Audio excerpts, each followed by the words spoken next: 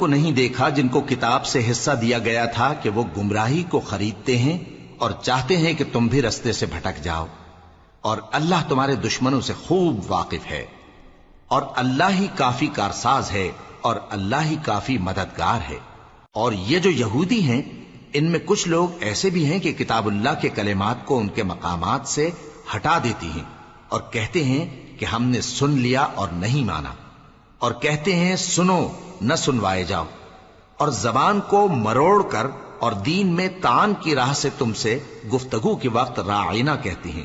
اور اگر یوں کہتے کہ ہم نے سن لیا اور مان لیا، اور صرف اسمع اور راعینا کی جگہ انظرنا کہتے، تو ان کے حق میں بہتر ہوتا اور بات بھی بہت درست ہوتی۔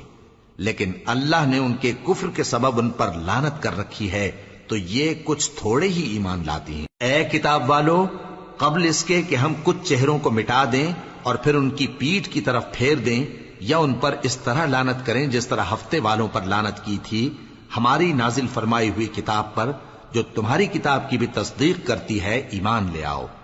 اور اللہ نے جو حکم فرمایا سو سمجھ لو کہ ہو چکا۔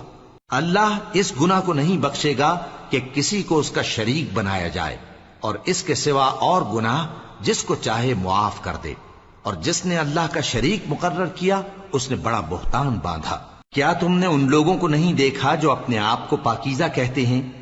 نہیں، بلکہ اللہ ہی جس کو چاہتا ہے پاکیزہ کرتا ہے، اور ان پر دھاگے برابر بھی ظلم نہیں ہوگا۔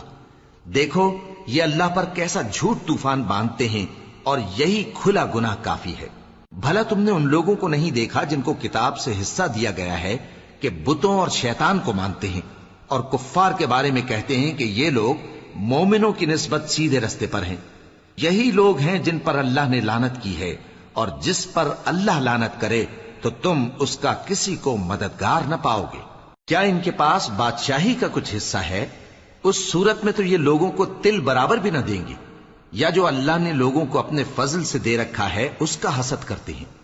تو ہم نے خاندان ابراہیم کو کتاب اور دانائی عطا فرمائی تھی اور سلطنت عظیم بھی بخشی تھی، پھر لوگوں میں سے کسی نے تو اس کتاب کو مانا اور کوئی اس سے رکا رہا، تو ان نہ ماننے والوں کے لیے دوزخ کی جلتی ہوئی آگ کافی ہے۔ جن لوگوں نے ہماری آیتوں سے کفر کیا ان کو ہم عنقریب آگ میں داخل کریں گے، جب کبھی ان کی کھالیں گل جائیں گی تو ہم ان کو اور کھالیں بدل کر دیں گے تاکہ ہمیشہ عذاب کا مزہ چکھتے رہیں۔